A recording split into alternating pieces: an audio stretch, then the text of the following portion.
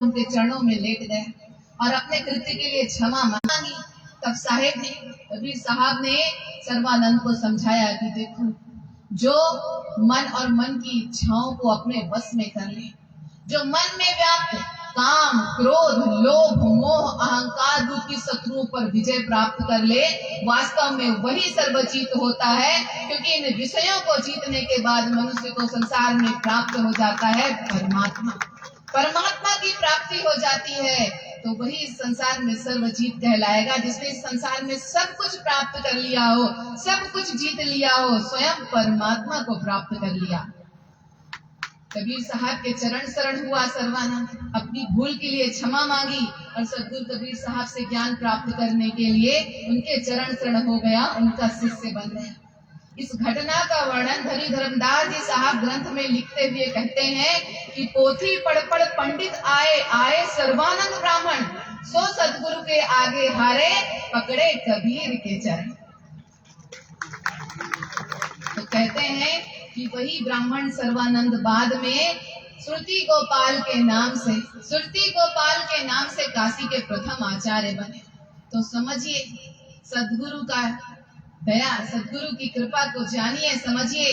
सद्गुरु का इस संसार में आगमन ही जीवों को भव बंधन से मुक्त कराने के लिए हुआ है, जीवों को सत्य का ज्ञान देने के लिए हुआ है। स्वयं सत्य पुरुष परमात्मा अपनी राह दिखाने के लिए इस संसार में आए हैं। बस हमें तो करना क्या है? हमें तो करना बस ये है कि उनकी उंगली थाम लेनी है और वो जिस राह पर ले जाए उस राह पे चलते जाना है। परमात्मा स्वयं परमात्मा की राह दिखा रहे हैं और हमें प्राप्त करना ही